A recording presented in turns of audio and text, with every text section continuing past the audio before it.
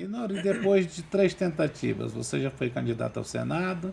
2018. 2018, depois foi candidato a prefeito. 2020. 2020, agora foi candidato a deputado federal. 2022. Depois das 3 tentativas, vai haver uma quarta? Olha, é muito cedo. Eu ainda estou voltando de Manacapuru, viu? Eu ainda estou voltando de Manacapuru, mas é muito cedo. Ainda aproveitei até para dar uma pescadinha lá, né? Mas assim, eu já conheci Manacapuru 3 vezes. Já está habituado. Já estou habituado. Já sei as curvas do rio, já sei como é que funciona a cidade. Tem uma pousadinha lá também, boa, né? Então é muito cedo ainda, né? Agora sim, eu sou uma pessoa que, como eu disse, é muito cedo e ninguém também vai ser candidato de si. Sim. A gente está à disposição. Se a gente sentir que a população quer dar essa oportunidade para o professor Minoru Quintara, como não deu para o Senado, a maioria não deu, como não deu para a prefeitura, e agora a gente tem uma votação também muito boa. Se a gente sentir isso, a gente está aí à disposição. Mas é muito cedo ainda para a gente poder bater o martelo e tomar essa decisão. Agora me diga o seguinte, você é um cidadão muito culto, ex-reitor da UFAC, cidadão de bem, pensa mais com o coração, pensa mais com a técnica, com o olhar do professor, com o olhar de quem sabe fazer, mas não pensa como político. Não pensa como político por quê? Porque o Minoru não escolhe as melhores siglas para se eleger, porque o Minoru, apesar de saber fazer cálculo, não faz cálculo do que precisa para se eleger, porque o Minoru, por se considerar um homem íntegro e por respeitar o que o pai lhe ensinou, não engana ninguém, não faz negociata com ninguém. Você não acha que falta um pouquinho de política em você? Olha, o meu pai que era japonês mesmo, ele sempre chamou meu irmão, o Coronel Marcos Quintara, que foi comandante da Polícia Militar aqui do Acre. Tu é o quê? Eu sou Nisei, né? Nisei.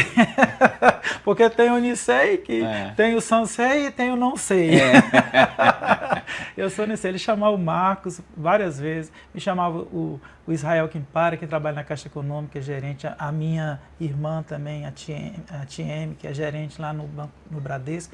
E ele sempre falava para todos nós, meu filho, qualquer cargo que você assumir, lembre-se de uma coisa, você tem um sobrenome, você honre o nome da família. E a gente nunca esqueceu disso, né? Então, quando a gente tem meu irmão saiu do comando da polícia, a prestação de conta dele foi toda aprovada, estamos honrando o nome da família. Nós administramos a Universidade Federal do Acre, terceiro maior orçamento do Estado, graças a Deus a gente entrou, ficha limpa e saímos. Né?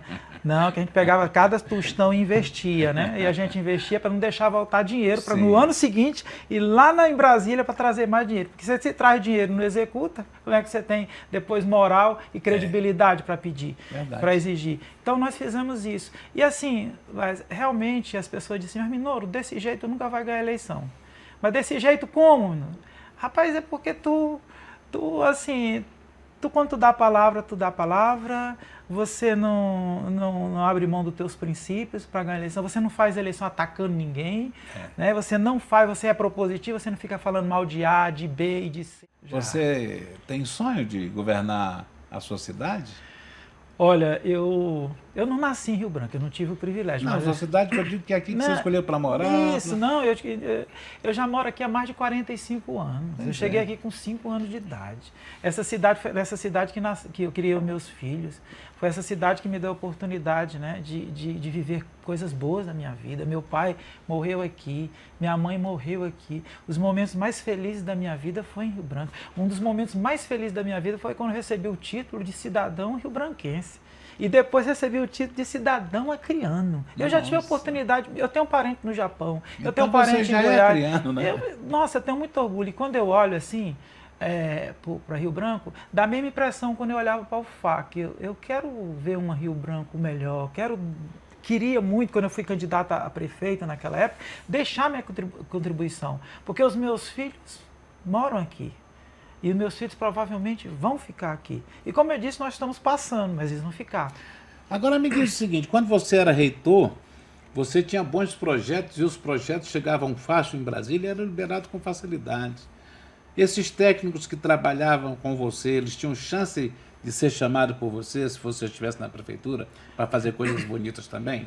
Ah, com certeza, com certeza, com certeza. Você porque tinha uma Rio Branco planejado na sua cabeça, não tinha? eu sou, o gestor, ele tem que andar nos locais e ele tem que ver além daquilo que está ali. Ele tem que ter esse olhar. Quando eu andava em alguns locais da UFAC, eu já começava a ver coisas e as pessoas, às vezes, estavam comigo, eu começava a falar alto, pensar alto. Mas as pessoas me dizem, não, você está vendo isso aqui? Não, não tem não, mas vai ter. Quer dizer, a gente tem que ter essa visão de olhar sempre adiante, tem que estar sempre pensando adiante. Quando eu olho para Rio Branco, e na época que eu era candidato a prefeito, eu ficava andando na cidade, nos bairros, né? E eu ficava olhando aqui, cabe isso, aqui dá para fazer isso, aqui vai arrumar isso. A minha esposa dizia assim, tá ficando maluco? Não, não tô ficando maluco não, é porque a gente precisa saber, onde a gente quer chegar. É. Até como é que o Sêneca, o grande filósofo, falava o seguinte, nenhum vento sopra a favor de quem não sabe onde quer chegar. Se você não sabe onde quer chegar, como é que você vai dizer que esse vento está a favor ou está contra? Você não sabe onde quer chegar. É. E graças a Deus na minha vida, eu sempre soube onde eu quis chegar. Né? Teve um foco. Eu quis muito ser prefeito de Rio Branco porque eu sabia que eu podia ajudar. Assim como eu ajudei o FAC, não fiz tudo não, FAC, sim. mas eu sabia que a gente podia ajudar. E eu falo nós, porque como você falou, com certeza, pessoas que são técnicas, principalmente técnicas, sabem elaborar projeto. Eu mandava fazer projeto na universidade sem ter recurso. A pessoa dizia, mas não tem nem previsão de recurso, como é que você faz? Eu disse, vamos fazer. Uma vez eu cheguei em Brasília, o ministro assim, rapaz, Minoro, a gente está sobrando dinheiro, está voltando dinheiro, o pessoal não conseguiu executar, mas eu sei que tu não tem projeto. Eu chamei meu pró-reitor, falei, ministro, com licença, tinha 2 ministros, né? O da Educação e da Casa Civil. Se eu me dá licença aqui, puxei a pasta assim, abri 15 projetos, eles ficaram de boca aberta. Mas como é que você mandou fazer tantos projetos aqui? Porque eu sonhava, eu já deixei pronto. Quem me disse que eu preciso de dinheiro para fazer projeto? Se eu tenho engenheiro, se eu tenho arquiteto, se eu tenho um técnico na universidade que pode fazer isso, faça os projetos e a gente vai atrás de dinheiro. Dinheiro não voltava com você. Rapaz, né? eu vou falar uma coisa, Vaz, tem muito dinheiro em Brasília que precisa só a gente ter os projetos. As pessoas querem financiar, querem colocar, mas como eu disse, se o gestor não sabe onde quer chegar, como é que pode? Eu sempre digo, um deputado, eu vejo muito deputado, que eu liberei emenda para isso, eu liberei aquilo. Gente, eu sei que é importante o deputado liberar emenda, mas é muito pouco para um deputado. A impressão que eu tenho é que essas emendas que eles fazem são as emendas, aquelas que já vêm, não são emendas que eles não vão procurar. Só de você ser deputado, você já tem emenda para as emendas individuais, né, que você tem que ter e que você vai alocar. Mas é muito pouco, você pode abrir porta nos ministérios. Porque a outro tipo de emenda ele já tem uma definição para onde vai, né?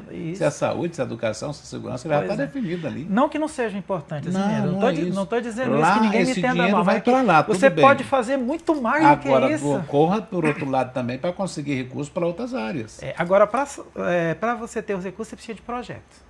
Você precisa de projetos. E é isso que a gente sempre fazia. A gente tinha muitos projetos. A gente conseguiu muito recurso extra o orçamento, né? Porque os orçamentos das universidades estão muito apertados. Só folha de pagamento, eu acho que a UFAC, na minha época, 85% já era comprometido com folha de pagamento. E o restante é despesa fixa. Mas não esquente não. O Bocalão está dizendo que quer fazer um viaduto ali perto da ABB, com a Avenida do Ceará. Não sei, a gente não pode ser contra também a modernidade, vai que a ideia dele é boa, que é para desafogar, mas por enquanto nós temos os projetos mais ousados, são viadutos, são elevados, é o Gladson com um, que é ali perto da corrente, que eles falam, e é o Bocalão dizendo que tem um ali perto da entrada da Universidade Particular do Rio. Mas, Vaz, olha, eu estou torcendo para que esses 8 deputados que foram eleitos, exclusivos que tiraram menos votos do que eu, mas pelas regras que estão postas, é legal, vão entrar, que façam um excelente mandato. A população precisa de excelentes deputados. Eu sempre torci para que o Bocalão, o nosso prefeito, faça uma boa gestão, que ele acerte, porque quando os políticos acertam é melhor para a população. Quando os políticos erram, quem mais sofre é a população. A gente tem que torcer mesmo para eles acertarem, porque é difícil o cara que está no mandato perder uma reeleição.